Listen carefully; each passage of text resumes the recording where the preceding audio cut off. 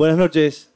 Muchas gracias por estar en esta conferencia que hemos citado desde la Cátedra de Historia, Política y Sociedad de la Facultad de Comunicación y Diseño de la Universidad Ort.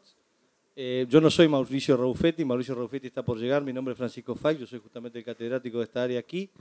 Y la idea, de alguna forma, fue, inmediatamente después de las elecciones internas, tratar de tener tres análisis distintos, de distintas visiones complementarias, que le permitan, en particular a los estudiantes de Facultad de Comunicación y Diseño, pero no solamente a ellos, hacerse una idea de análisis, de estudios, de opiniones sobre lo que fueron las campañas electorales de la elección interna del pasado 1 de junio.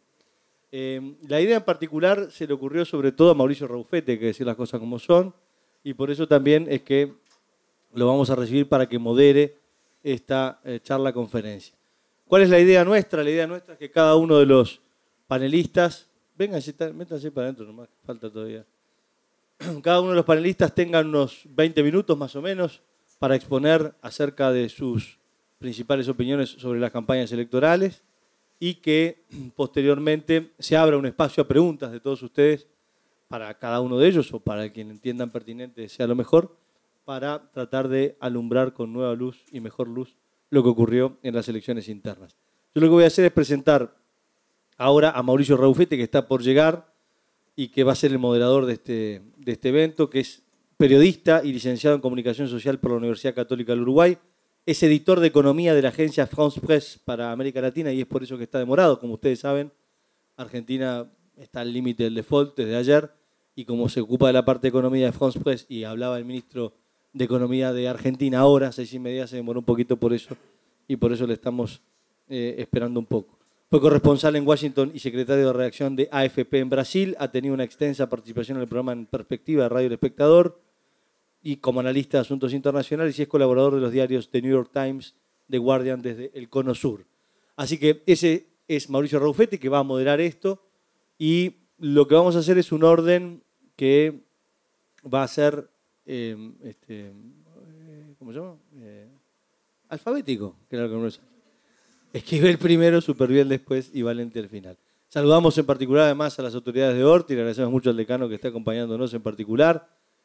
También disculpamos a Virginia Silva que nos mandó a todos un mail diciéndonos que tenía a esta hora además una defensa de tesis y que eso le iba a ser muy difícil estar con nosotros, por lo menos al principio. Y si les parece bien, lo sometemos a votación y cuando llegue Raufetti va a haber empezado el asunto porque la democracia es amplia y ya está todo el mundo muy instalado. Así que los voy a dejar con Daniel Esquivel. La parte que no está muy preparada es que era Raufetti la que tenía que presentarlos a ellos. Pero Esquivel de alguna forma se va a presentar solo y cada uno de los demás también. Así que les agradezco mucho por estar. Yo me voy a sentar ahí adelante y los dejo a cada uno de ustedes en vuestros 20 minutos. Muchas gracias.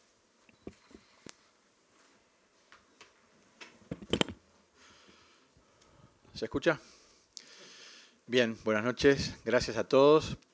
Gracias a los organizadores y a ustedes por la paciencia de venir a escucharnos a nosotros, a tratar de contribuir en algo a despejar y clarificar qué está pasando y qué ha pasado en estas elecciones que yo sigo llamando primarias en el Uruguay. Quería que me presentara, pero bueno, básicamente soy psicólogo desde hace muchos años. Creo que ingresé a interesarme en estos temas de la comunicación política gracias a un señor que está sentado en este momento a mi izquierda, que es Esteban Valenti, a quien conocí. Y después agarré por caminos completamente distintos, no te preocupes. Pero fue quien, escuchándolo a él y viendo análisis que él hacía, que en realidad me empecé a meter muy de lleno en el tema de la comunicación política.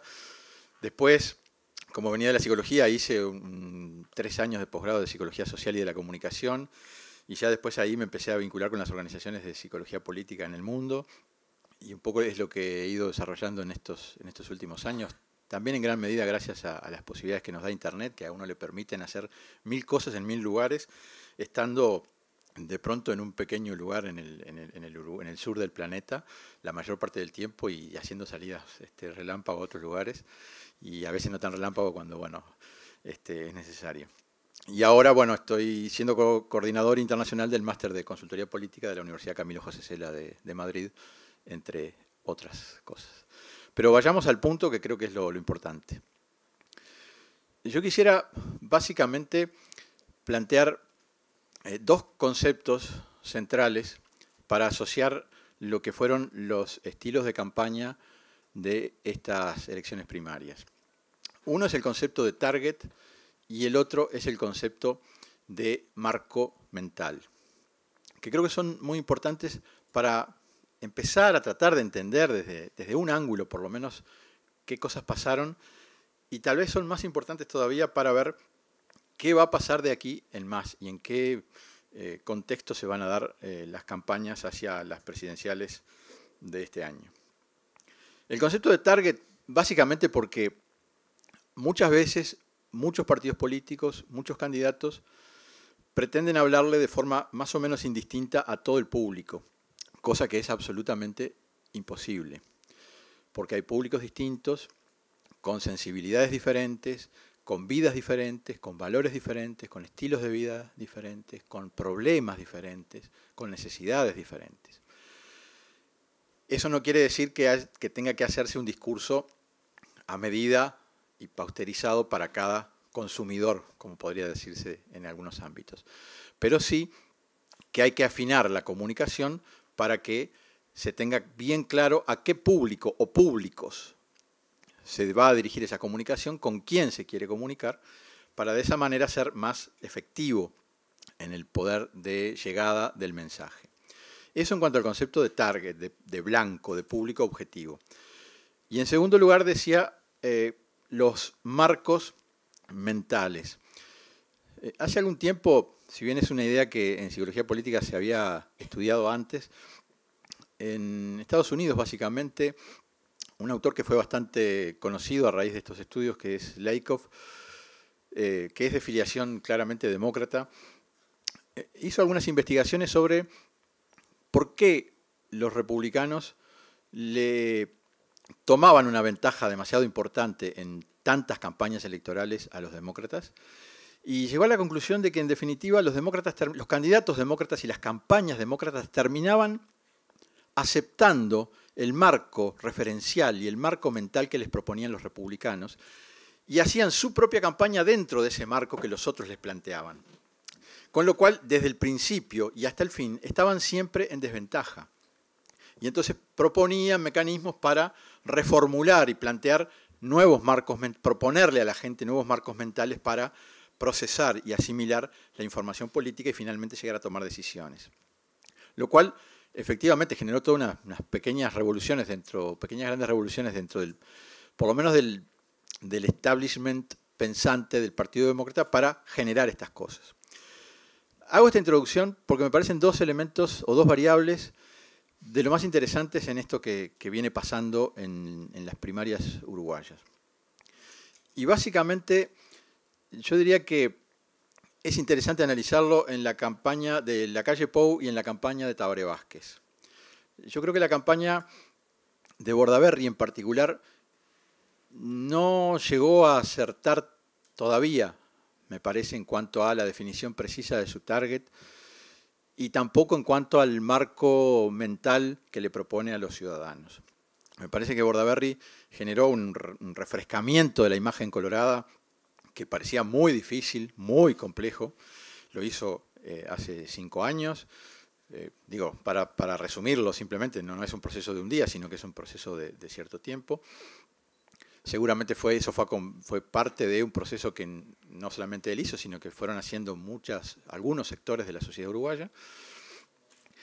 Y no termina en este momento, me parece a mí, a partir de la lectura de las elecciones primarias, de definir bien precisamente ahora, después de lograda ese refrescamiento de la imagen, cuál es su público y cuál es el marco que le propone a la gente.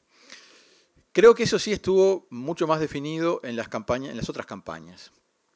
En la campaña de Lacalle Pou, que yo vi como la mayor novedad, bueno, no es novedad, no lo vi yo como la mayor novedad, que lo hemos visto todos como bastante novedoso. Creo que justamente la definición de un target fue el primer acierto estratégico que creo que tuvo esa campaña, que lo diferenció claramente de su competidor en la primaria y que posibilitó una cierta ola o facilitó una cierta ola de entusiasmo con su candidatura. Habitualmente, cuando se define el target en una campaña, se suele apelar a variables que pueden ser políticas, que pueden ser ideológicas, que pueden ser sociológicas. En este caso, yo encuentro que la campaña de la calle Pou apuntó mucho a un target casi psicológico o psicográfico, a un target vinculado con determinados modos de sentir, de ser, de actuar, de relacionarse, y con una sensibilidad relativamente nueva o emergente que buscaba justamente cosas novedosas, distintas, diferentes, diferenciales.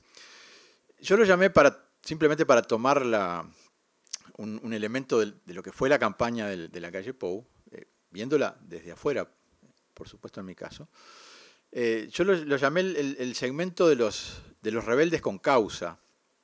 O sea, de mucha gente que se siente rebelde en el sentido de no estar conforme con sus vidas o con algunas cosas que entienden que pasan en el entorno, ya sea del país o de algunos aspectos del país. Que a su vez quieren modificaciones no extraordinariamente confrontativas, que a su vez quieren verse a sí mismos mejorando, ver su entorno mejorando, tal vez desde un punto de vista social, económico, cultural, que además se sienten, y creo que están muy bien retratados en los spots televisivos en particular, se sienten gente sensible, abierta, libre, bastante independiente. No es el electorado tradicional del Partido Nacional al cual parece dibujar ese segmento poblacional. Pueden haber muchos que sí sean votantes de varias elecciones, pero no es una definición clásica y típica de lo que puede ser el votante del Partido Nacional. Creo que la audacia estuvo ahí en apuntar justamente para una elección primaria o interna, donde uno supone que va a votar fundamentalmente gente que ya está vinculada al interior del partido. La audacia estuvo en apuntar de otra forma, apuntar de un modo totalmente diverso, totalmente alterno, no tradicional. Es más, si uno mira la forma en que es presentado el candidato a lo largo de la campaña, ve eso mismo, esa especie de cosa fresca, que quiere ser renovadora, que quiere ser distinta, que se quiere salir de los cánones, que explícitamente dice, se espera que nosotros ataquemos a los demás políticos y sin embargo yo no los ataco, sino que hasta a veces los elogio. O sea, como un corrimiento deliberado del lugar donde se esperaba que estuviera un candidato tradicional del Partido Nacional. Un movimiento hacia otro lugar distinto. Seguramente en consonancia con demandas de la sociedad. Estas cosas yo creo que no las inventan los políticos. Yo creo que, en definitiva, se trata yo veo la sociedad como un conjunto de olas y se trata de que cuando las campañas son buenas porque llegan efectivamente y provocan entusiasmo, generalmente es porque están como cabalgando sobre alguna de las olas que andan moviéndose por la opinión pública. Nadie las inventa. Y yo en particular creo que esas olas están primero desarrollándose y moviéndose en la sociedad y después los sectores políticos o los partidos o los candidatos pueden cabalgarlas de alguna manera en la medida que las interpreten, que las entiendan y que sepan cabalgarlas. Entonces, ese target, esa apreciación de una sensibilidad diferente, yo creo que es una de las peculiaridades, de las características de la campaña de la calle Pou. Más allá de la calidad, o que yo creo que es muy buena, de la producción misma de la comunicación electoral que realizó. Por otro lado, con todo esto, le propuso a los uruguayos un marco para pensar la política nacional, que es el marco de lo nuevo frente a lo viejo. como de lo novedoso frente a lo antiguo, que en definitiva es la manera en la cual la campaña se produce, pero además es la manera que la campaña busca que la gente piense, es el marco que le ofrece para que mentalmente el votante se meta en ese marco, se incluya y piense en función de esos criterios. Que en definitiva fue bastante exitosa. Habían personas que me preguntaban, bueno, ¿qué magnitud tienen esos segmentos que podrían aceptar esos marcos mentales y que podrían constituir ese target en la sociedad uruguaya? ¿Alcanzan para ganar? Yo francamente no tengo un estudio con números y con elementos exactos para decir eso.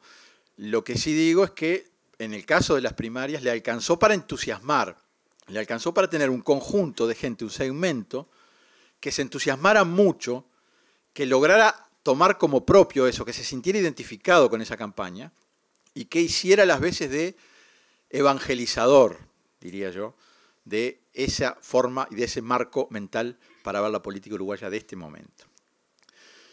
Por el otro lado está la campaña que hizo Tabaré Vázquez, que, vamos a entendernos, primero, no tenía la misma motivación que la del Partido Nacional en cuanto a el fenómeno que se viene dando en las últimas elecciones primarias, y que es uno de los riesgos del Partido Nacional en este momento, que es un Partido Nacional donde por una multitud de razones, entre otras cosas por la competencia muy abierta por la supervivencia política de muchos actores políticos en todo el país, resulta que ponen su hincapié central en las elecciones internas, dan todo, y resulta que ese día, como ya pasó en alguna campaña anterior, es como que se llega al punto más alto.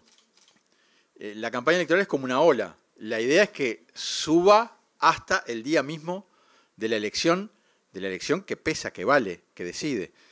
En el caso del Partido Nacional ha pasado muchas veces que el punto más alto de la ola está el día de las elecciones primarias. Y esa es una dificultad importante, grande, me parece, para su propia estrategia. En el caso del Frente Amplio, eso no existía, digamos, esa urgencia de que el día de la elección primaria la ola estuviera en su punto más alto. También es cierto que ahora estamos hablando con el diario del lunes, y es muy fácil. O sea, yo tampoco preví creo que el único que previó el fenómeno en la calle Pou fue el Turco Abdala, que escribió ahí en Facebook una serie de cosas hace como un año y pico, y que vio con anticipación mucho de lo que iba a pasar. Pero la campaña del Frente, y de Tabaré Vázquez en particular, tuvo ese eje del vamos bien, que de alguna manera apunta a un público también, a un target bastante específico, que es un target importante, que es el constituido, ya no es una segmentación psicológica ni demográfica, sino que es el público constituido por el sector muy importante de la sociedad que considera que, no que todo está bien, porque no ese es el público al que apuntó, sino que en el conjunto de la trayectoria de estos 10 años de gobierno del Frente Amplio, en el conjunto de esa trayectoria, la dirección es la correcta. Creo que ese es un poco el público al que apuntó. Con lo cual, seguramente para una elección interna que tenía del otro lado una figura con propuestas bastante más transgresoras, digamos, con respecto al discurso oficial frente amplista, tal vez ese vamos bien fue un concepto que para el proceso de las internas pudo haber dado un rendimiento importante, aunque posiblemente no alcanzara como para entusiasmar en ese momento de las internas, y menos sabiendo que Tabaré Vázquez iba a ser el candidato del Frente Amplio a la presidencia. Por otro lado, el marco mental que le propone la campaña de Tabaré Vázquez es claro y es conocido. O sea, ¿por qué vamos bien? Y bueno, porque el Frente Amplio en 10 años logró revertir un proceso que los partidos tradicionales habían hecho de otra manera muy distinta durante mucho tiempo, toda la historia anterior del país, o buena parte. Entonces, el vamos bien recoge un poco eso, ¿no? Propone también ese marco de decir, bueno, somos nosotros en estos 10 años, en la trayectoria y en el rumbo que llevamos, frente a lo que otros han hecho en el pasado, en el cual no íbamos bien. Ese es el marco mental que propone para pensar la política del Uruguay en este tiempo.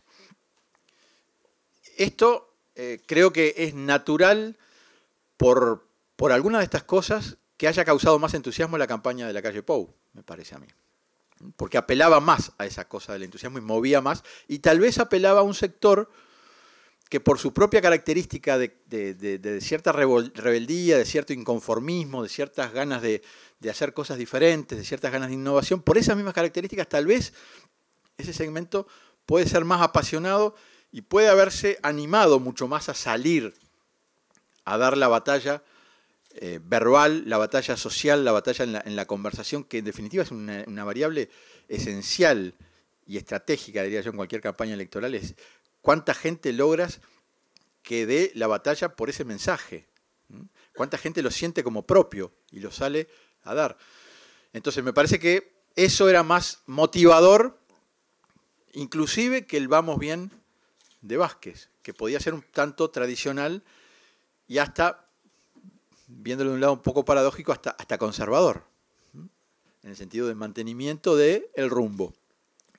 Hay algo para conservar que es el rumbo, hay algo para mantener. Por supuesto que ahora se abren otras historias, otras alternativas, otros procesos. Creo que las cosas, hay una serie de incertidumbres en cuanto a cómo va a encarar cada uno sus próximas campañas. Y yo diría fundamentalmente, por lo menos para redondear esta intervención, yo diría que una cosa clave a partir de ahora es quién logra imponer, quién logra convencer, quién logra instalar su marco mental para provocar, para proponer a los ciudadanos. Porque, a mi modo de ver, si uno analiza las primeras declaraciones de Tabaré Vázquez enseguida de las primarias, parece haber aceptado el marco mental que le propone la calle Pou, de lo viejo frente a lo nuevo. Si uno mira algunas declaraciones de Bordaberry inmediatas, también parece haber aceptado ese marco mental. El tema es que si los otros partidos aceptan el marco que les propone uno de los partidos o uno de los candidatos, puede ser una estrategia bastante riesgosa. Cuando en definitiva, Bordaberry tiene determinados elementos como para configurar un marco mental propio, distinto al del Partido Nacional y distinto al del Frente Amplio. Y el Frente Amplio tiene también elementos importantes, en particular justamente porque está ejerciendo el gobierno desde hace 10 años. Y porque puede tener un elemento y un marco que es muy importante en materia política en todas partes del mundo, que es el marco de problema-solución. Acá han estado mis problemas y acá están mis soluciones. Acá siguen estando algunos de mis problemas y acá pueden estar algunas de mis soluciones, hablando en términos colectivos, individuales, familiares, sociales, en todos los términos. O sea, hay otros marcos para producir el debate electoral, aparte de los marcos estrictamente político-ideológicos, que le pueden dar rendimiento también al Frente Amplio sin meterse en el marco del otro, en el cual el otro lleva ventajas porque de alguna forma se apoderó de ese marco y es muy difícil.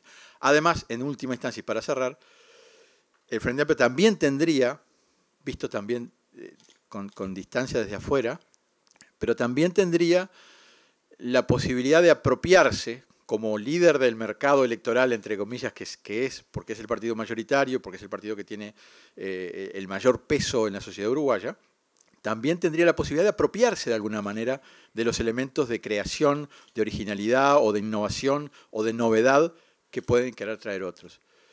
Y efectivamente, tal vez mirando hacia adentro, se puede encontrar con muchos de esos elementos y puede bloquear el ascenso de la calle Pou a partir de sus propias innovaciones y a partir de lo nuevo que encuentre en el propio Frente Amplio.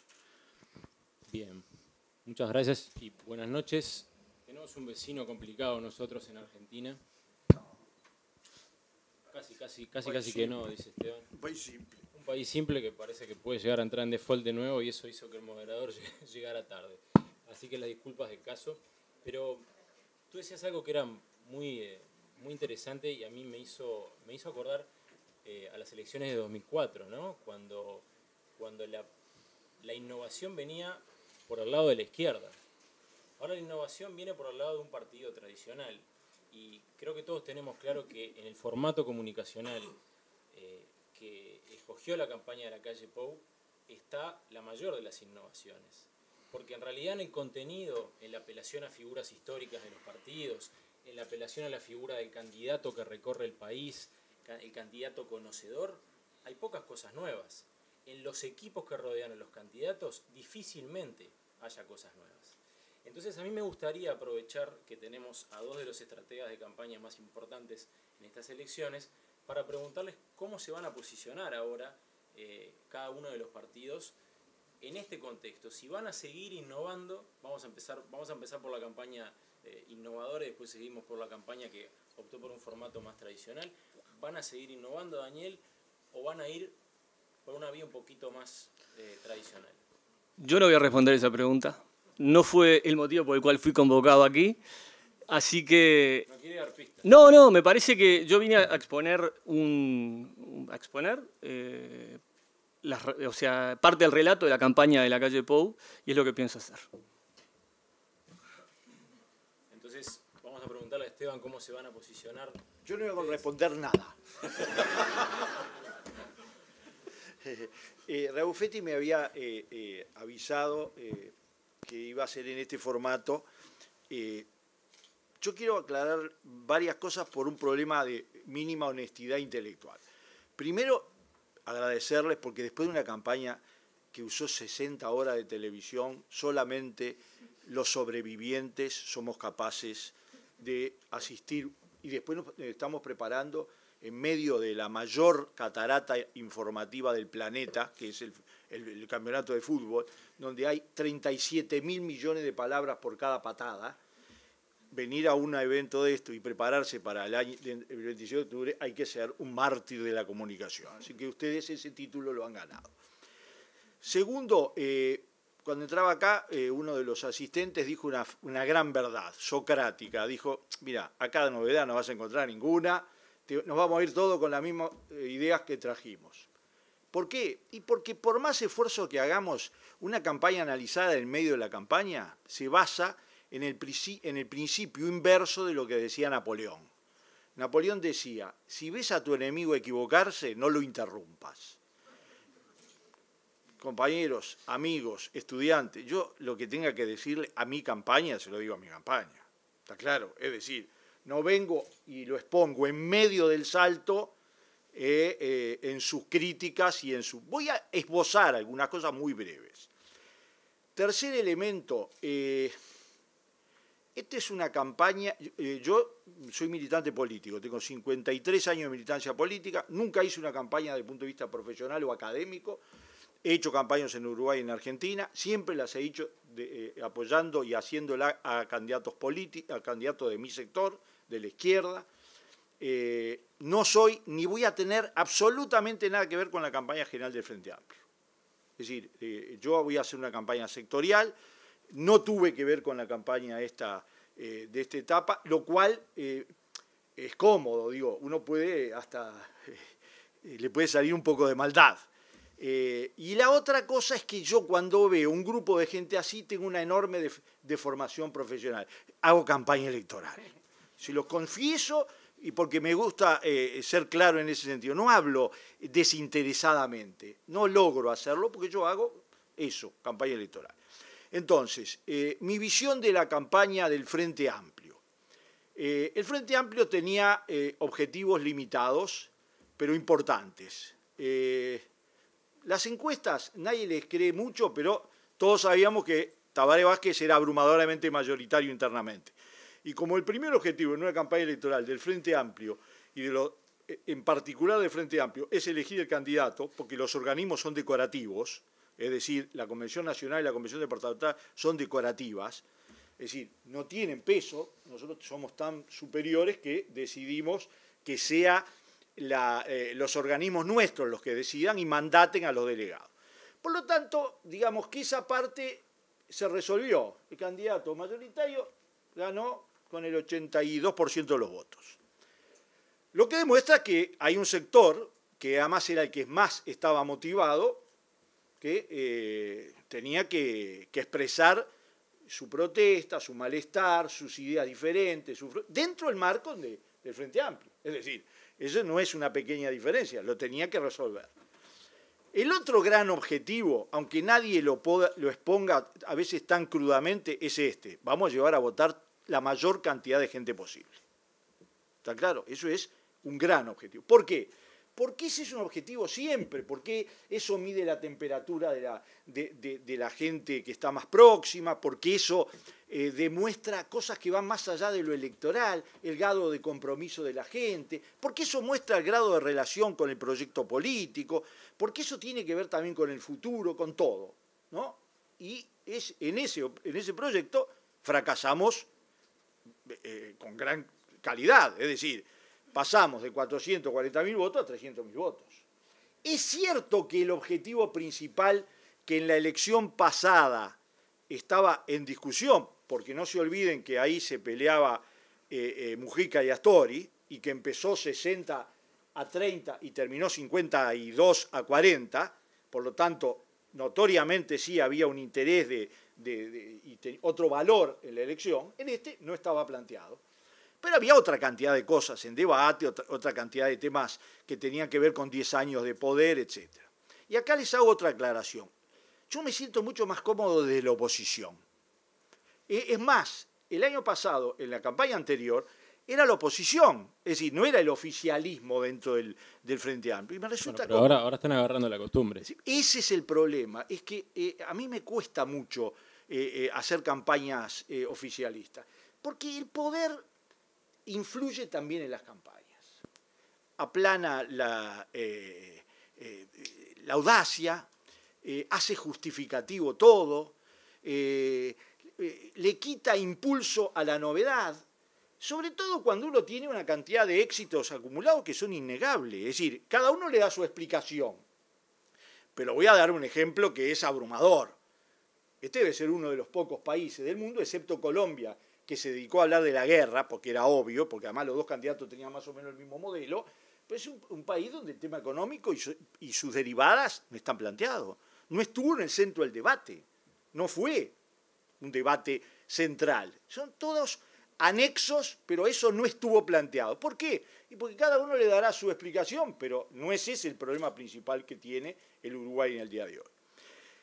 La campaña que se hizo, a mi gusto, tiene espacios, necesita una revisión crítica muy profunda. Una revisión crítica, ¿Por qué concretamente? pero muy profunda. Primero porque en uno de los objetivos principales, que era motivar a la gente, y en eso de motivar a la gente va dos cosas. Primer cosa, que la gente se transforme en lo que decía Esquivel. En un país con la sociabilidad del Uruguay, no se gana una elección sin mucha gente reproduciendo el mensaje. Y sobre todo en una sociedad como la actual, donde el humor social ya no lo determina solo la pasividad frente al canal de televisión. Ya eso está demostrado, digamos, todos los estudios cualitativos que se hagan, ustedes van a ver el grado de rechazo que existe en la catarata televisiva, en la catarata de imágenes, es decir, la reproducción social a través de las redes sociales, a través del contacto personal es fundamental. Y por lo tanto, en eso es notorio que nosotros tenemos un vacío importante. Las elecciones, las primarias, las internas, no son nunca una gran encuesta. Eso está demostrado perfectamente. Es simplemente un momento determinado donde cada partido hace su propio proceso, disputa su propio espacio entre sí y adentro de cada partido. Después empieza otra batalla. Esta campaña es diferente. Si nosotros no partimos del sentido crítico, yo digo nosotros porque yo no soy asesor, yo soy militante, lo que a mí me corresponde, si nosotros no logramos ubicar en la sociedad uruguaya, si me dijeran, a ver, vamos a empezar al revés, ¿qué palabra elegirías ahora para convocar? Yo me acuerdo que en el 89 se había caído el muro de Berlín, se había ido la mitad del Frente Amplio y habíamos perdido el voto verde. Peor, la peste bubónica, ¿no? Y elegimos una palabra empezando para nosotros. Anímese, ¿no? Ustedes son muy jóvenes, pero nosotros hicimos la campaña con el anímese. Si me dijeran ahora, yo diría avívese. ¿no? Es decir, despierte el seso, porque simplemente creyendo que montados en la ola vamos a llegar a las elecciones y ganarlo, es un error radical. Y no demostramos hasta las elecciones internas que estemos en esa revisión crítica. ¿Qué es una revisión crítica de esto? ¿Qué temas logramos colocar en la agenda? ¿Qué temas logramos colocar en el debate? ¿Qué temas logramos hacer que la gente reproduzca? El miedo de que vuelva el pasado solo ya está demostrado, entre otras cosas porque la campaña del triunfador del Partido Nacional fue bastante vacunativa en ese sentido, no existe la palabra, pero ustedes la van a entender. Es decir, apuntó claramente a que no hay pasado, ¿no? El pasado no existe, todo empezó el 1 de marzo del 2005, y entonces con la campaña de todo va bien, o de va bien, o de cualquier aproximación a eso, no se resuelve el problema de fondo. Es decir, en la sociedad uruguaya hoy hay avances económicos, sociales, de bienestar que están incorporados a la identidad de la sociedad uruguaya de manera natural como algo que es más mérito de la sociedad que mérito del Estado y de la política. Y entonces, si no logramos, y esto no tiene que ver solamente con las elecciones o que haya gente que reproduzca el mensaje, esto tiene que ver con forma y contenido. Una campaña electoral en Uruguay tiene una parte importante de contenido, de formas, de imágenes, es decir, ustedes ninguno vio La Paradoja, pero es una de las campañas más recordadas. Todo el mundo cree que fue una corneta, pero fueron todos mensajes con un alto contenido ideológico y político. Bueno, si la izquierda, si el Frente Amplio no logra refrescar y responder las grandes y nuevas preguntas que tiene la sociedad uruguaya, que se han generado a partir de los cambios que se produjeron en la sociedad uruguaya, y no lo hace desde el punto de vista del discurso, desde el punto de vista del programa, del proyecto, no del programa porque es un libro, sino del proyecto, de las grandes ideas motoras de una nueva etapa, de la idea de una nueva etapa y sus fundamentos. Y eso también en las formas se expresa, también partiendo de la base, y con esto termino, que todo también depende al público que uno se va a dirigir. Está claro que cuando uno tiene un público fijo, un piso del 43%, la tentación de dormirse en los laureles es impresionante. Es decir, es la primera vez en la historia política que yo recuerde que después de periodos de gobierno de este tipo, uno se da vuelta y tiene 43% atrás que están dispuestos a votarlo, vamos a ver la próxima encuesta, 10%, 8% que no sabe que va a votar y lo demás que se distribuye entre tres partidos institucionales. Entonces, el problema son esos 8% que faltan, esos 8% que faltan, esos 9% que faltan, necesitan notoriamente una visión crítica de lo que se hizo hasta ahora, no solo en la campaña electoral, eso es lo de menos, una visión crítica de lo que se hizo en la sociedad, de lo que le va a proponer, de las formas en que se lo va a proponer, de los lenguajes en lo que lo va a hacer. Y además, como las campañas electorales no son simplemente una suma de fetas donde cada uno agrega la suya, sino un gran choque de ideas, la capacidad de responder, la capacidad de reaccionar. Porque, volviendo a lo de Napoleón, no lo voy a decir, pero está claro que una campaña electoral cuenta mucho los aciertos. Yo no conozco a nadie que haya ganado la elección solo por una campaña electoral o fundamentalmente. Ahora, he conocido gente que ha perdido una elección por una campaña electoral. Que se pueden cometer errores de reacción, de respuesta, de falta de tiempos, que ponen en peligro cosas fundamentales. Bueno. Esteban, quiero aprovechar esto que vos decías de presentar propuestas, porque justamente la campaña de la calle Pou, a ver si ahora Daniel sí me responde, tuvo una característica que a mí me resultó muy interesante y fue que de a poco fueron largando el programa. Ustedes tomaron la opción de a poco de ir presentando propuestas. Y además hicieron mensajes, hicieron publicidades que fueron innovadoras desde el punto de vista de lo que nos interesa a muchos de los que estamos aquí, que es el formato. Me gustaría, Daniel, que hicieras un resumen cómo trataron de posicionarse ustedes para quedar finalmente como la campaña innovadora, porque en definitiva creo que todas las partes reconocen que sí lo fue. Bueno, ahora me va a contar. Muy bien. Gracias, Mauricio. Compañero, 7 años de la agencia France Press. Bueno, yo soy periodista, trabajando en un comando de campaña. Me cuesta ponerme el saco de militante porque soy esencialmente periodista. Y mi análisis o la exposición que no voy a hacer, manejaba más bien un relato que en parte contestaba tu pregunta. La pregunta de por qué fuimos largando la agenda de a poco y por qué, a juicio tuyo y de la opinión pública, eso fue algo innovador. Es una muy buena pregunta que requiere una respuesta que va a lo humano. ¿Por qué?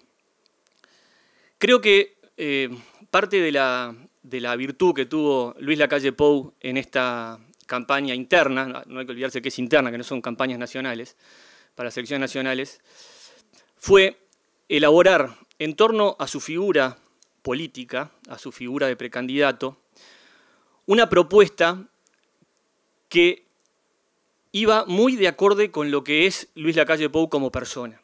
O sea, yo siempre estuve del otro lado del mostrador, viendo a los políticos y tratando de sacar la estrategia atrás de la estrategia y decir, bueno, él hace esto para esto o hace esto para esto.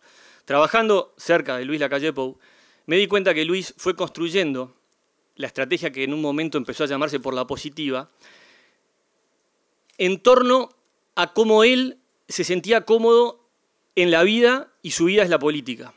O sea, Luis es un político nato, empezó a militar desde chiquito, creo que fue diputado a los 24 años, y tiene una forma de relacionarse con la sociedad y con sus colegas en el Parlamento y en la arena que él se mueve desde la política.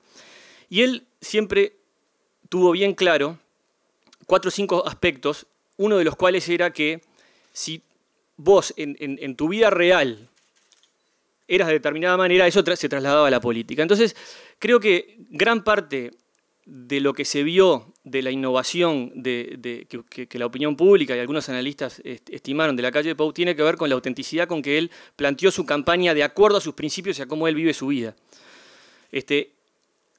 ¿Cómo les puedo decir? Luis no dejó que su imagen sea tratada desde el punto de vista marketinero, su imagen personal, porque no tenía nada para ocultar.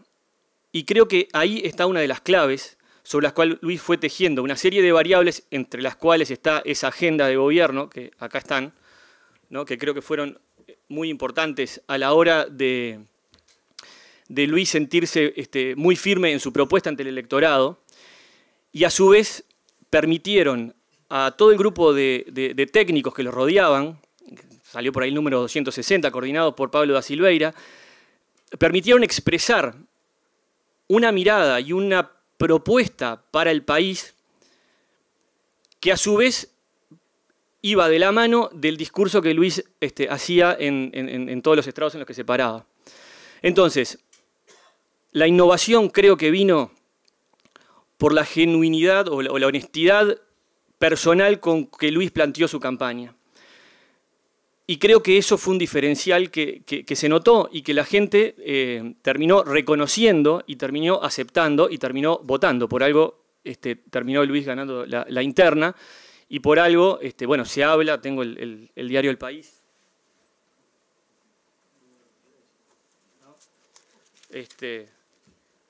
Que cambió el mapa político. No lo dice alguien que trabaja con Luis, lo dice el diario El País. Entonces, me parece, no sé si mi respuesta va por ahí.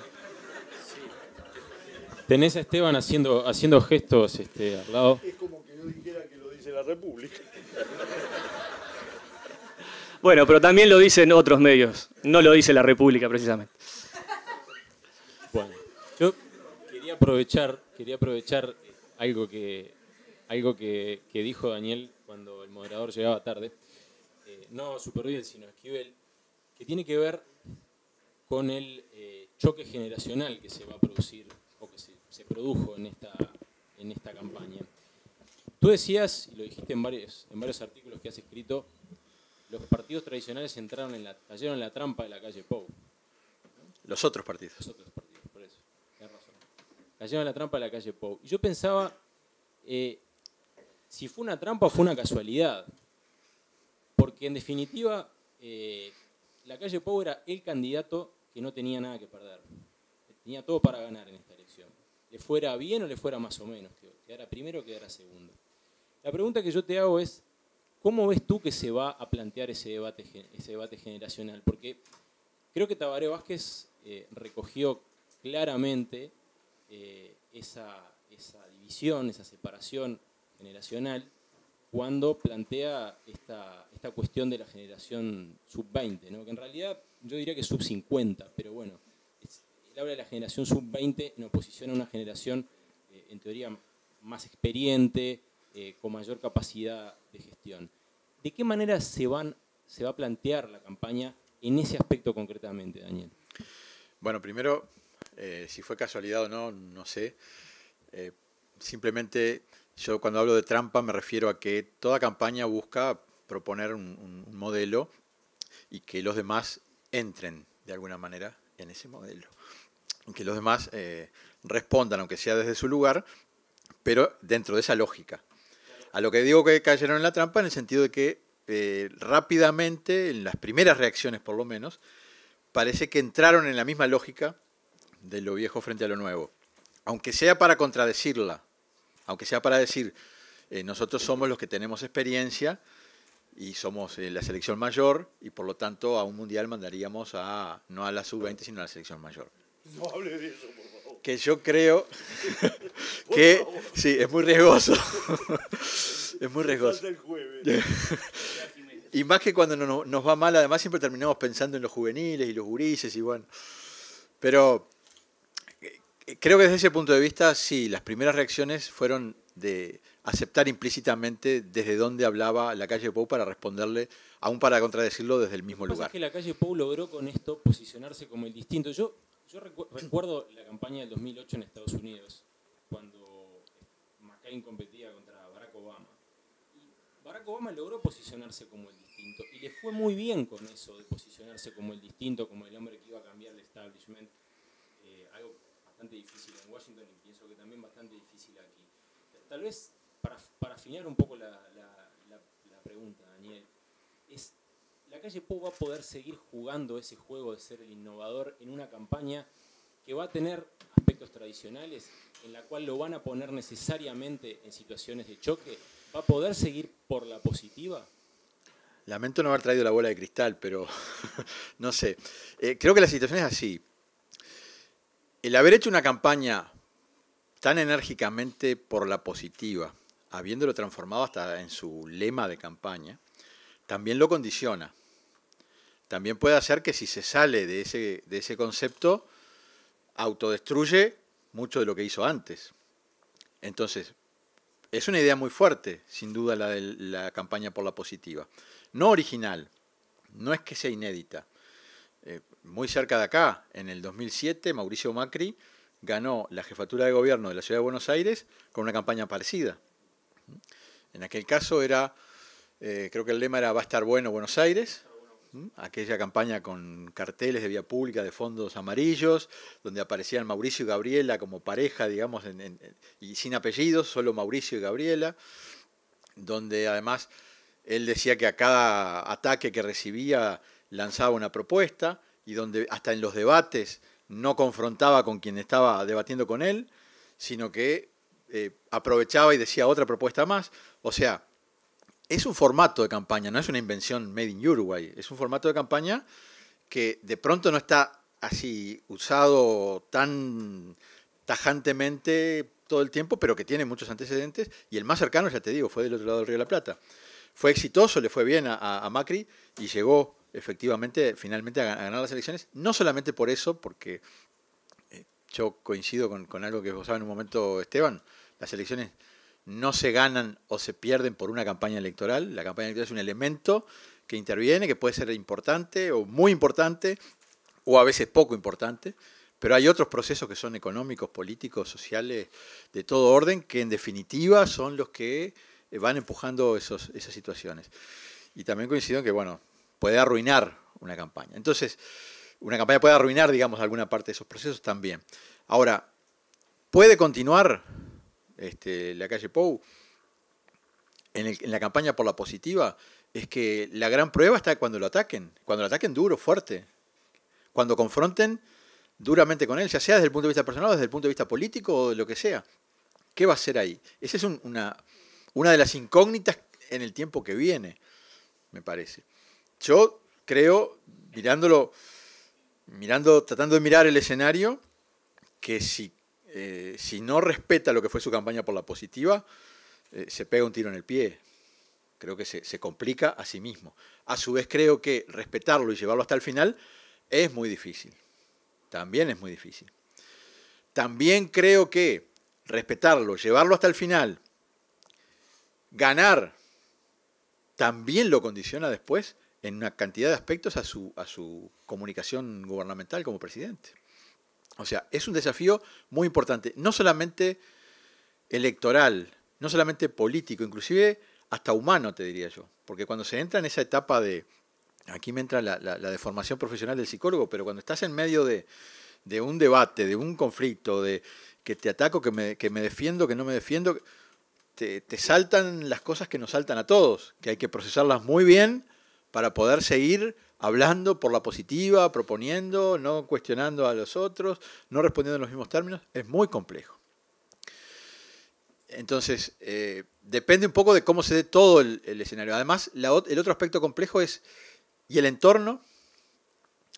Porque, por ejemplo, yo vi en una declaración televisiva a pocas horas a pocos días de la elección, a Lacalle Pou contestando lo de la sub-20, mejor dicho, contestando, no contestando, diciendo, tengo 30 respuestas para esa pregunta, pero las dejo guardadas acá, en el bolsillo.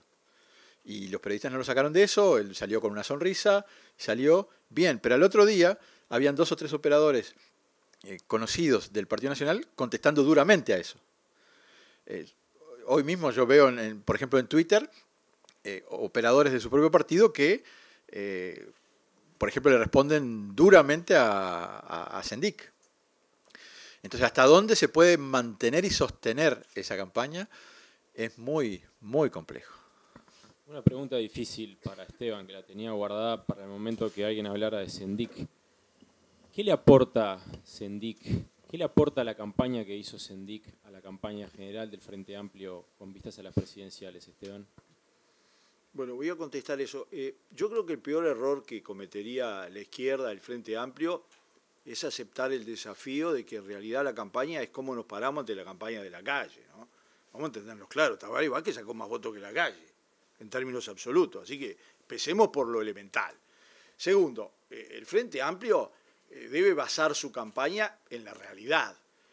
Leída por nosotros, no es que existe una realidad igual para todo el mundo, porque eso no sería un país.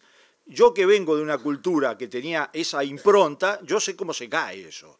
Por lo tanto, quiero decir claramente que el problema del Frente Amplio es esa lectura de la sociedad, cómo lo transforma en una fuerza electoral, cómo lo transforma en el hecho de que hay que ganar otro gobierno y por qué no es simplemente darle continuidad, sino hay algo nuevo que conquistar, algo que entusiasme, algo que le dé otras cosas. Y yo me he pasado todos estos días, porque soy bastante enfermito, pensando cómo hacerlo, desde que terminó las elecciones internas. Y tengo algunas ideas para cumplir con lo que planteaba el espectador. No, es imposible que yo las venga a plantear acá, es obvio, pero es un gran desafío. Pero el gran desafío no es un problema formal, porque el otro problema es que esto se empieza a parecer a esa cosa de un público que no es el uruguayo. Es decir, el uruguayo podrá no ir a votar, pero es difícil encontrar gente con más cultura ciudadana que los uruguayos. Y yo he hecho campaña en la Argentina, he hecho campañas en otros países, y les puedo asegurar que el uruguayo medio tiene un nivel tal de conocimiento y de manejo de los temas políticos, tiene el sistema de partidos más antiguo del planeta. Y eso se basa no en los partidos, sino en la gente, porque los partidos sin la gente se desmoronan. Entonces, vamos a entendernos claro, acá el problema es tener en cuenta en primer lugar a los electores, en primer lugar la sensibilidad social, en primer lugar las grandes preguntas que se formula la gente, que muchas veces desde el poder es muy difícil percibir, porque el poder, el primer peligro del poder es que satura los niveles de reflexión crítica. Y por lo tanto, uno se transforma en autorreferencial. Entonces, si nosotros creemos que explicando todo lo bueno que hemos hecho, esa es la gran tarea, estamos en el horno. ¿Qué temperatura tiene el horno? No sé. Eso depende de muchas cosas, depende de nuestros adversarios, pero desde el punto de vista nuestro estamos en el horno. Entonces, acá no se trata de cuán bueno es cada uno haga lo suyo, que cada uno transmita su mensaje, que cada uno encuentre sus formas, que cada uno combine sus aspectos humanos, sus aspectos anagráficos, para el Tano que está acá sabe lo que quiere decir anagráfico, es decir, las edades, que cada uno combine las edades con las novedades como le parezca, eso es un tipo de problemas. La campaña tiene un elemento clave, es la gente. Algunos lo llaman target y lo diferencian, otros lo llaman de otra manera, pero es así. Es decir, el que no parta de ese se equivoca. Y no siempre son lo mismo. El problema es que cuando uno está en el poder y tiene 43, 44% de base, el peligro es mirarse los pies, mirarse el ombligo. Es una tentación horripilante. Yo, compañeros, amigos, como ven, estoy acostumbrado a ir a reuniones donde son todo el mismo palo, excepto en la tertulia. 9 años de la tertulia con Mercader al lado. Entonces, ya se imaginan que en eso he desarrollado una capacidad crítica muy, muy sólida. Y lo escuchamos. Por eso, entonces, yo creo que la mayoría del Frente Amplio decidió que el que aportaba algo complementario a la fórmula de Tabaré Vázquez era Raúl Sendic. Aportaba edad, aportaba una experiencia determinada de gestión, aportaba un resultado electoral, Yo tengo que confesar que a mí nadie me dijo que en esta elección íbamos a elegir al vicepresidente. Eso lo digo con toda claridad. No me lo dijo nadie. Es más, no creo que si el resultado hubiera sido diferente, alguien le hubiera dicho al otro que era candidato a vicepresidente. No creo. Pero, ¿saben qué pasa? Los partidos políticos tienen determinadas estructuras que uno puede criticar, pero si las dinamita, cosas que a nosotros nos han acusado como Frente Liber Sereñi permanentemente de no dinamitarlas, esa es la tentación que permanentemente nos plantean. ¿Por qué sobre este tema económico? Yo estoy contento. Es decir, desde el punto de vista personal, yo soy, uno de los instrumentos que más me agrada de la civilización humana es una caja con un dínamo que va conectado con un cable a algo para que explote del otro lado. Yo viviría, por suerte conviven conmigo gente institucional, gente con una visión política, gente de otro tipo, y bueno, entonces hay que adecuarse a eso. Entonces, si la mayoría del Frente Amplio resolvió eso, si mis compañeros dentro del Frente Liber Sereñi decidieron que teníamos que seguir manifestando 3 conceptos básicos que siguen vigentes. Nosotros nos parecía que una mujer era un cambio de época en la política uruguaya, porque estamos podridos de hacer propaganda a favor de que las mujeres tienen que ocupar espacio, pero llegado el momento, lo más importante, que es la manija, no se la damos. ¿tá? Y esta era una oportunidad de alguien que tomara la manija. No, ya saco si era Mónica Javier o no, eso viene después ya. Es decir, nos parecía que era un problema de ese tipo. Segundo, nos parecía que en algún momento teníamos que sacar de arriba de la mesa los equilibrios. Y vamos a entendernos claro, es cierto que Sendic aporta equilibrio en la fórmula con Tabaré Vázquez, no de edades, aporta equilibrio, además de edades, equilibrio desde el punto de vista de las vertientes del Frente Amplio, que existen, y el que pretenda que cubre todas las vertientes está equivocado. Es un aporte y es una visión. Como eso es una batalla permanente, porque quiero decir esto, si hay algo que aprendimos, por lo menos en el grupo que estoy yo, que es una de las fallas más complejas y profundas que tuvimos en estos 9 años, es que el no haber sido fieles al principio original del Frente Amplio, que cuando nos dieron 4 cargos en 4 ministerios, en 4 entes, elegimos a 4 personas sin preguntarles una palabra de dónde era, no me acuerdo, creo que Anaya, que fue compañero mío de trabajo en Codar Bibul, es el único que conozco, y otro era un demócrata cristiano, pero nadie le preguntó nada. A partir de tomar el gobierno, incluyendo la intendencia, empezó a crecer el mecanismo de distribuir por cuotas. Eso es algo que nosotros lo vamos a incorporar como una parte central, porque es inútil los cambios. No son cambios que todos se inspiran en grandes valores fumosos. Son cosas bien concretas. Uno tiene cuadros, figuras de determinada capacidad y las pone independientemente del lugar. Y en esto digo, hay una parte autocrítica nuestra también, de Frente Libre Sereni. No es que para los demás, es para nosotros eso. Y ese es un problema básico. Si la izquierda quiere proponer algo nuevo, una de las cosas nuevas que tiene que proponer es aprendamos que hay que ser diferente en la distribución. ¿Por qué? Porque uno empieza distribuyendo ministros y termina distribuyendo porteros. ¿Está claro? Es decir, el problema es que es un mecanismo que se reproduce. Entonces, como teníamos esa visión, nos parecía que era llegado el momento de resolver eso, de que no era por equilibrios. Y además, yo voy a agregar una cosa, siempre agrego una cosa además, que después sale en los diarios. Yo creo que efectivamente una de las cosas nuevas que podíamos y teníamos que haber incorporado es la idea de que el Frente Amplio, es cierto que le toca las cosas a cada uno, hay un equilibrio, porque lo hay, no está escrito en ningún lado, pero lo hay. Pero hay compañeros que ya les tocó la Intendencia de Montevideo y la Presidencia de la República. Y sería bueno que pensáramos que de ese vertiente dieran lugares a otros compañeros. Contestada la pregunta, ahora abrimos el juego al público. Le quiero pedir a Daniel una breve reflexión. Bueno, te lo voy a decir ahora. Una breve reflexión sobre cuál es para vos el principal desafío comunicacional que tenés ahora por delante en la campaña que viene. El mayor desafío comunicacional, yo creo que el mayor desafío es político. O sea, la estrategia comunicacional, si no va de la mano de la estrategia política y del planteo político del candidato, creo que genera una tensión, genera un ruido que tarde o temprano la opinión pública de los ciudadanos, que coincido con Esteban Valenti, Uruguay es un país sumamente involucrado, interesado y con una opinión política muy fuerte y muy vivo, es un pueblo muy vivo, se da cuenta de ese tipo de cosas. Y esa contradicción al final creo que perjudica a aquella persona que prioriza lo comunicacional por sobre lo político.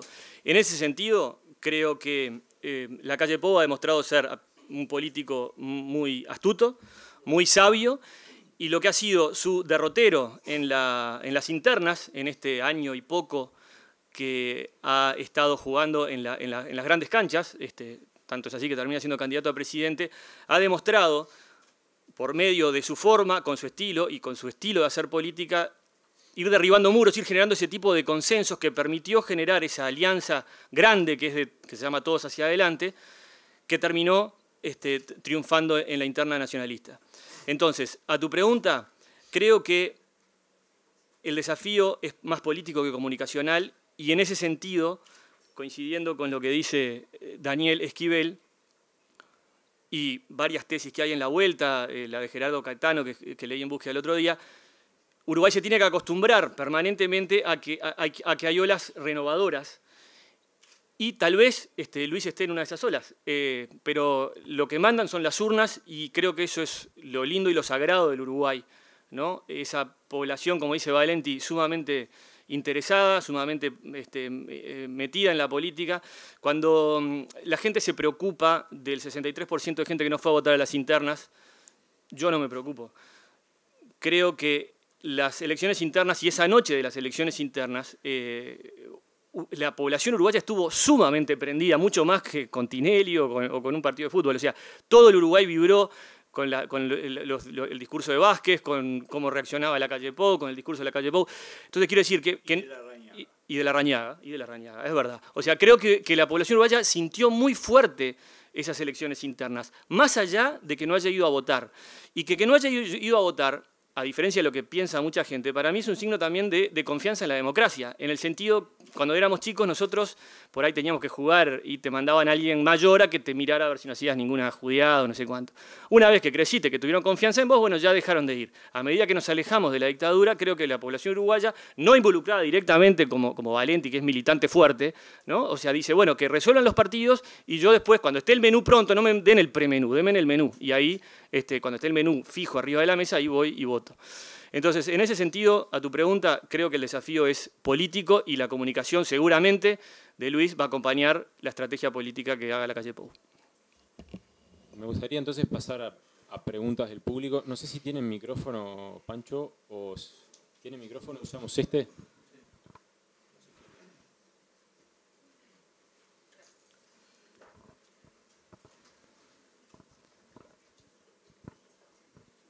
Hola.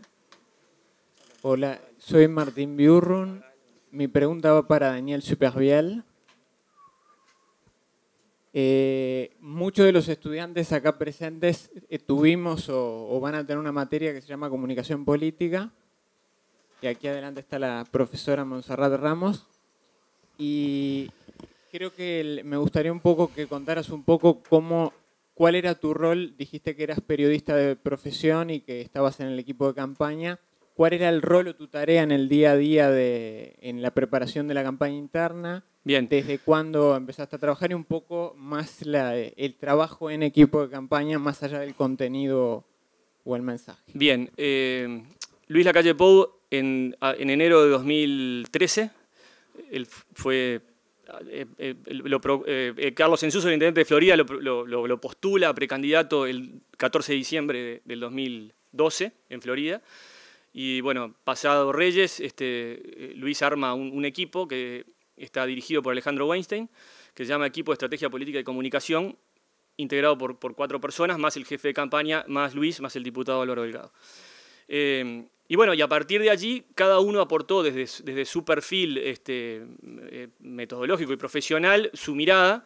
En esa línea, mi mirada fue una mirada de análisis diario, político de la realidad y a su vez relacionamiento con los medios de comunicación. Luego se integra Fabiana Celaya, que es la jefa de prensa, y en un momento se acopla el equipo político de la calle Pou con el equipo técnico, ya avanzada, bastante más avanzada la campaña, y se empiezan a coordinar, bueno, empieza a fluir la información de lo técnico hacia lo político y de lo político hacia lo técnico.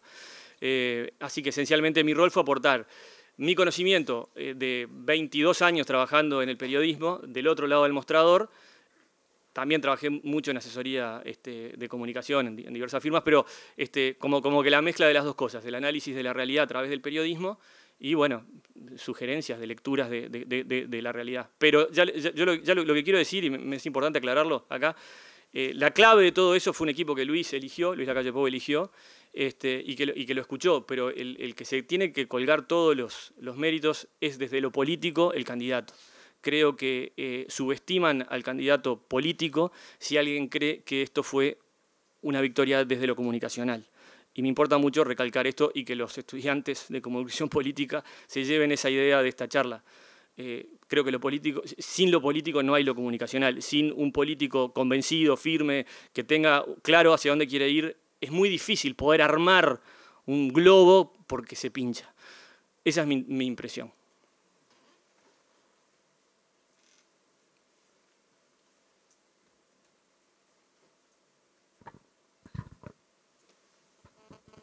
Siguiendo en esa línea, tú trabajabas, sí, para ti también, Daniel, hablabas del mensaje desde el punto de vista político antes que comunicacional, ¿no? Yo calculo que ustedes van un poco más allá cuando uno arma una campaña. ¿En qué influyó la actitud de Larrañaga de aquí en más a la hora de darse vencedor? No sé si soy muy clara. A ver, voy en este sentido.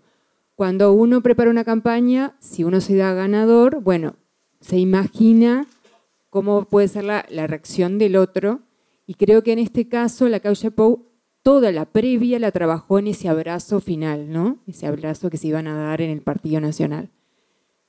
La calle reaccionó de una manera y creo que todo el mundo se asombró de cómo quedó desfigurado, por decirlo de alguna manera, Larrañaga, y que no respondió de igual forma como fue el mensaje de la calle Pou.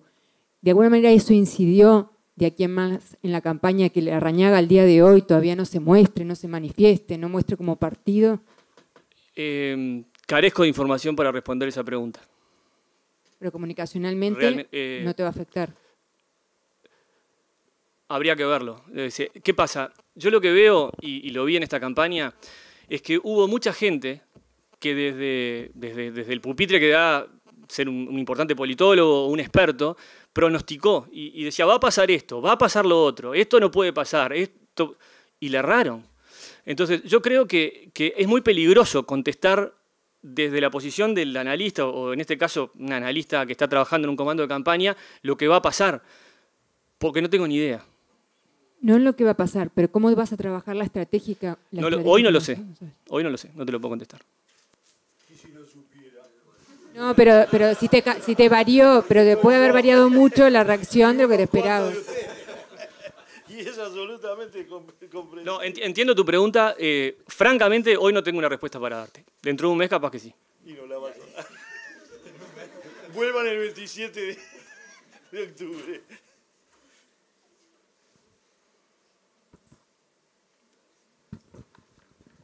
Buenas.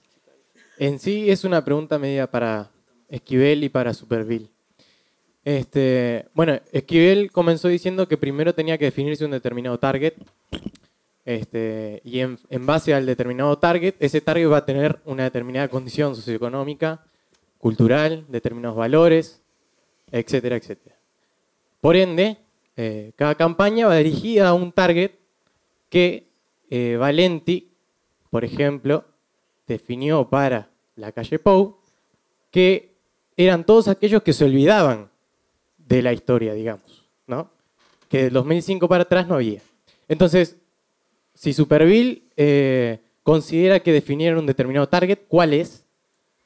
¿Qué piensa Esquivel? Y si tiene algo en común con el target que definió Bordaberry. Bien, voy a contestar por mí, en lo que me corresponde. Yo creo que cada campaña hay que verla en el proceso, y en este caso tenemos una campaña que recomienza ahora sobre algunos ejes que van modificándose desde el punto de vista electoral, porque están definidos los actores, están definidos una serie de asuntos, pero además porque nos vamos hacia una elección obligatoria donde va a participar los altísimos porcentajes que siempre participan en las elecciones uruguayas. Eso implica que hay que volver a ajustar todos los detalles, volver a ajustar el target, volver a ajustar el mensaje, volver a ajustar absolutamente todo. No sé exactamente si mi análisis externo, ese de apuntar a un segmento con determinadas cualidades, porque a veces uno lo analiza de afuera y no tiene nada que ver con lo que hicieron adentro en la campaña, también eso es cierto, ¿verdad? Entonces no sé si mi análisis de ese perfil más o menos psicográfico casi, de un público importante al que se le dirigía y que constituyó después el evangelizador del mensaje de la calle Pou, si es el que pretendió buscar o no la campaña. De todas maneras me quedó sonando algo sobre la pregunta sobre Larrañaga, porque me parece que no es un dato menor, que es uno de los elementos que se introducen a partir de la noche de la elección en el escenario hacia octubre. No solo la derrota de Larrañaga, sino la actitud de Larrañaga esa noche, lo que está pasando con Larrañaga estos días, la nominación de él como candidato a la vicepresidencia, y ahí se genera también toda una zona de interrogantes y hasta de contradicciones, diría yo. Porque por un lado me da la sensación que la nominación de Jorge Larrañaga como candidato vicepresidencial no va en la misma dirección renovadora o nueva en la que venía la campaña de las internas. Me parece que no va en la misma dirección. Larrañaga es un candidato muy tradicional en su discurso, en su forma de hablar no solamente en un acto, sino en cualquier entrevista televisiva que se le pueda hacer o radial.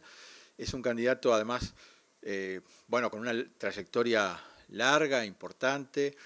Es un candidato que hasta en todo su estilo de comunicación, por lo menos, no tiene que ver con esa frescura que plantea la calle Pou.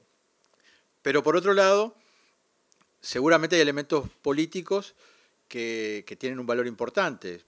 Se me ocurre que Larrañaga, con la experiencia parlamentaria que tiene, puede ser a la hora de gobernar un elemento de diálogo, de conexiones, de contactos, de negociaciones, que desde ese punto de vista puede ser aprovechado de manera importante. Y lo otro que yo quería dejar, y que fue lo primero que me sonó cuando ella mencionó a Larrañaga, es que yo creo que la escena, o las escenas de esa noche, si bien Larrañaga apareció caído, derrotado, golpeado,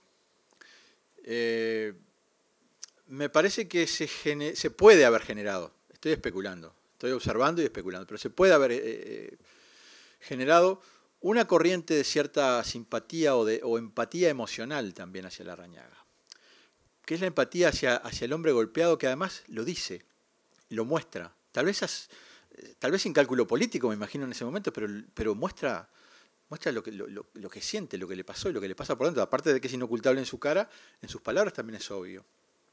Y yo ahí les recomiendo leer un artículo que me pareció fantástico, que salió hace pocos días en Voces del Frente, un artículo creo que es de Onir Sartú, que describe, creo que con muchas cosas muy interesantes lo que ocurrió esa noche y lo que sintió mucha gente, inclusive pensando distinto a Larrañaga y desde tiendas diferentes, pero en cuanto a esa línea emocional. Entonces, ¿qué puede pasar con la presencia de Larrañaga en la fórmula? Y yo creo que es muy contradictorio. Por un lado, no es lo mismo, no es la renovación, lima un poco ese aspecto de lo nuevo. Por el otro lado, tal vez puede aportar algún elemento de negociación y también de empatía emocional. Veremos. Muy breve a tu pregunta. El target me preguntaste. Nosotros sabíamos que Valenti no nos iba a votar. Entonces, a partir de Valenti, todo era target. El optimismo es ilimitado. En realidad buscaba un poco más de especificidad, en el sentido de juventud, por ejemplo, lo de la canción esa que quedó resonando, la forma, los colores, las fotos, en ese sentido, porque... Mira, no, va tu pregunta. Al ser una elección interna, no obligatoria, vota el allegado o cercano al Partido Nacional. Entonces, yo no llego a la disquisición psicológica, creo que en el equipo tampoco se llegó a tanto, pero se buscó el target del votante nacionalista o el eventual votante nacionalista. Ese era el gran target, ¿no? O sea, contestando una pregunta un poquito más fina a lo de Valenti. Sí, yo quiero hacer una aclaración. Yo creo que todos apuntan a target mucho más ambicioso de lo que después le pegamos. Eso está claro. Segundo, que en general los targets no son por negación. Después, la campaña de cada uno transmite el mensaje que le parece, elige la prioridad que le parece, elige los olvidos y los recuerdos que quiere hacer, eso no hay duda. Ahora, desde el 1 de junio para adelante es barajar y dar de nuevo. No se reproduce el target en absoluto. No se reproduce en su estructura social, cultural, política, intelectual, nada. Es decir, votó mucho mejor la costa de Montevideo que el oeste de Montevideo, punto. Y eso lo sufrió el Partido Nacional. Vamos a entendernos claro. ¿Por qué no comparan cómo votó la lista 71, que es una lista tradicional en Montevideo, y las listas nuevas? ¿Por qué? Porque la lista 71, dentro del público del Partido Nacional, vota yo me estudio, digo, no solamente los 4 números que dan las encuestadoras, uno tiene que ir adentro, ¿no? Mirar los cuadros. Entonces, todo cambió ahora. Es decir, hay mesas en el Cerro donde hubo 24% de votos. Y Larrañaga perdió también por eso. ¿Por qué? Porque el target de cada uno fue manejado de manera diferente y logró entusiasmar y movilizar de manera diferente. Efectivamente no es una gran encuesta, es una gran prueba de fuerza donde cada uno apeló a determinado sector y ese sector se manifestó de una determinada manera. Y eso es lo que pasó con todo. Nosotros en Montevideo ganamos, fuimos la primera fuerza. Tenemos en las encuestas 45, 48%, y sin embargo no conseguimos más del 30 y pico % de los votos. Por lo tanto, lo que no logramos es que la gente decodificara políticamente y humanamente y personalmente de que tenía que ir a votar por determinadas cosas. Algunos lo lograron, otros lo lograron menos, ¿no? Y además lo lograron de maneras diferentes. No fue solo la televisión, ni principalmente la televisión, lo que determinó las votaciones adentro de los partidos. Eso también es una enseñanza importante, porque ese es un cambio importante, sobre todo cuando estamos hablando de las internas.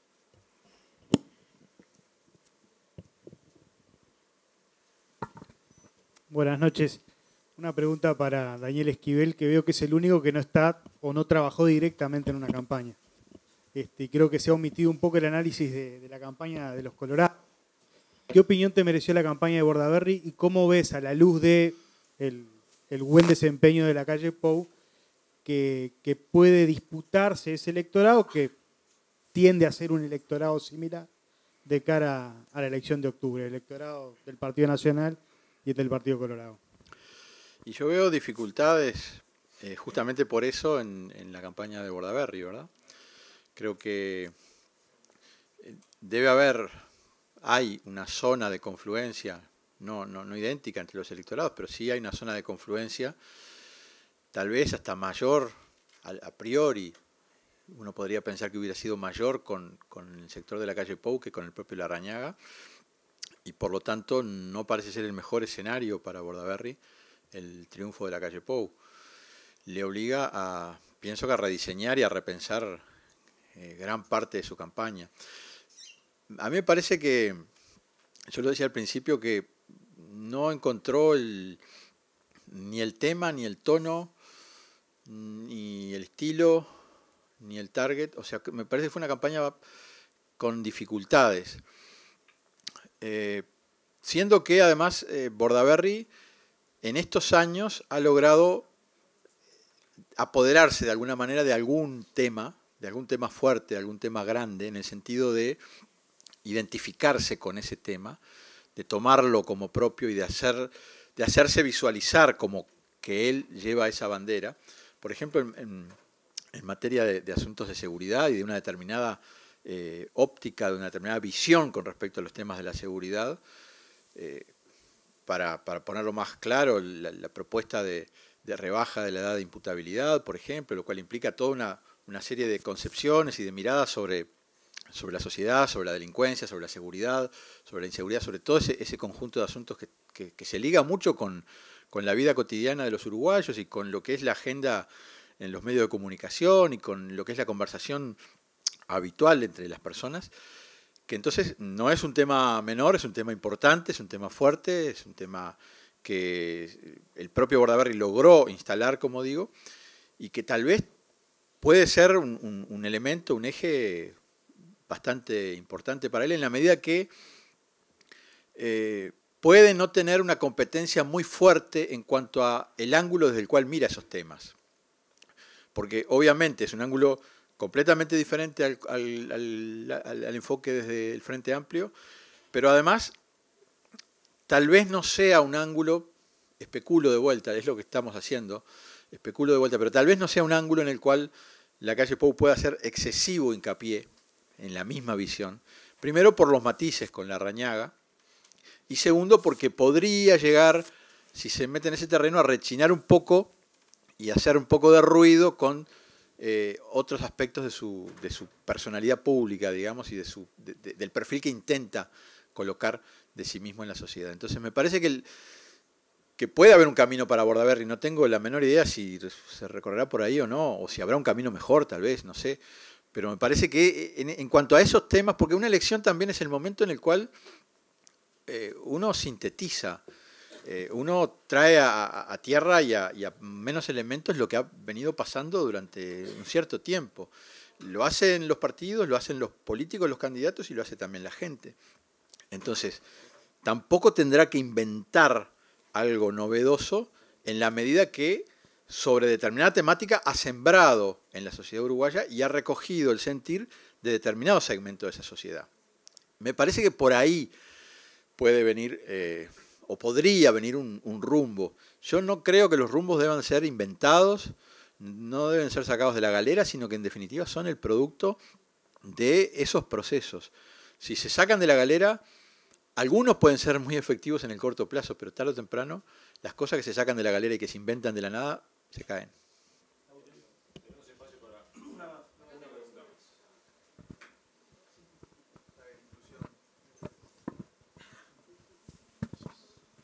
Buenas noches. La pregunta para cualquiera de los tres. ¿Qué creen que motiva a la gente a votar, teniendo en cuenta que insólitamente los programas de gobierno se dan después de los resultados de las primarias?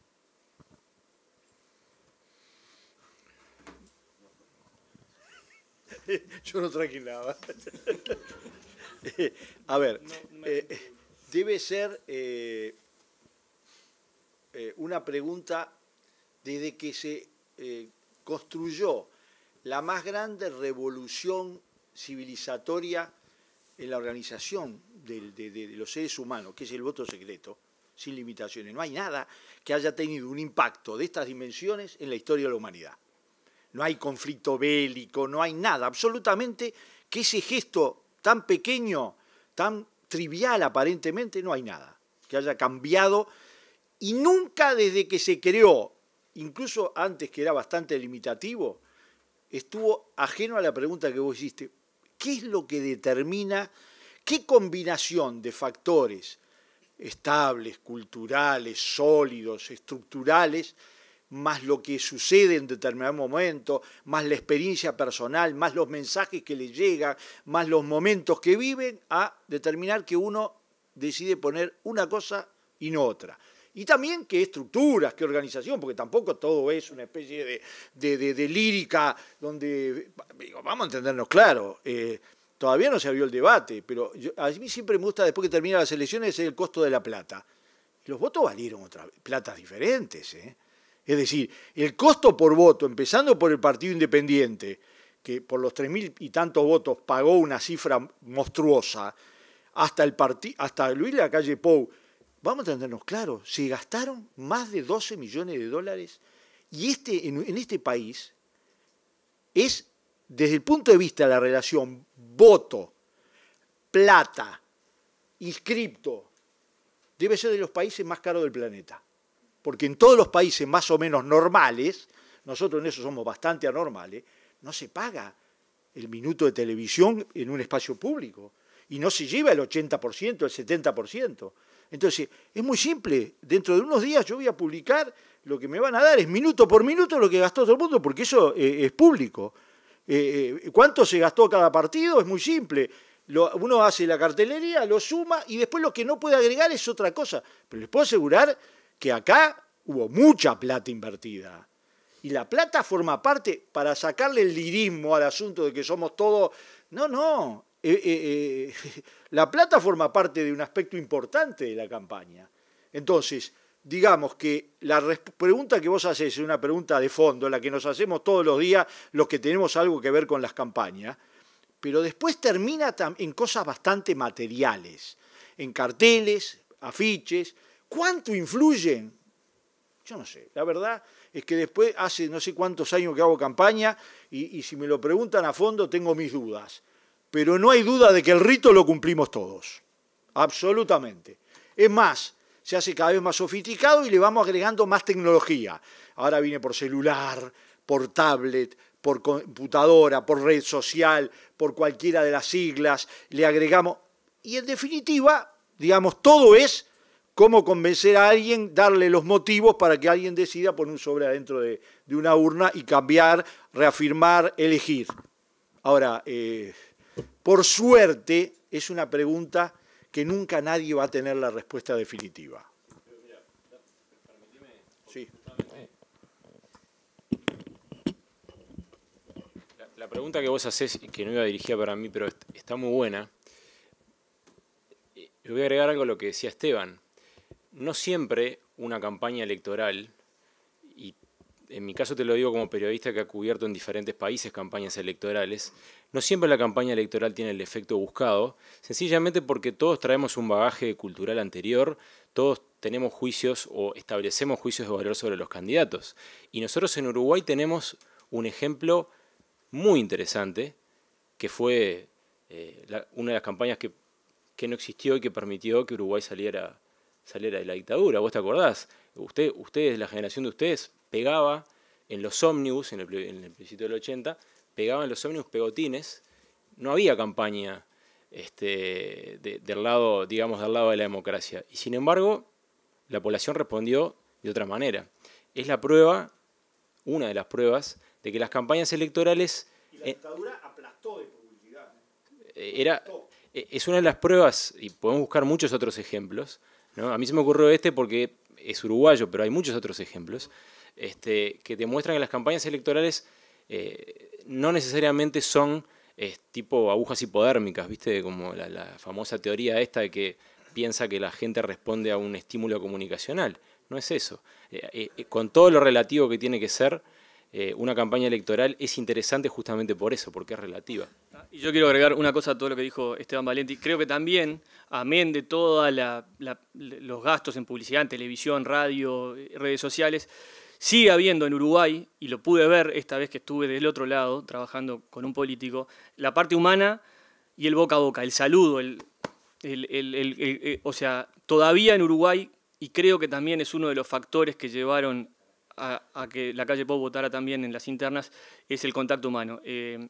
Luis se preocupó mucho, tenía 9 actos por día, y los 9 actos, terminaba el acto, y lo querían meter en la camioneta y llevarlo al acto, y él se quedaba saludando hasta el último.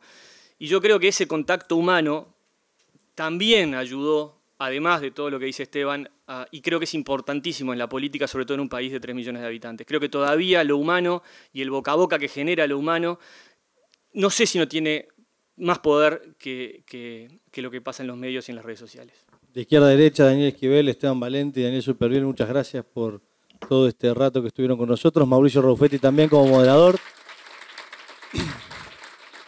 Y la Cátedra de Política e Historia Social les agradece a todos ustedes estar aquí y en cualquier momento estaremos en alguna otra reunión de este tipo para valorar estas cosas. Muy amable.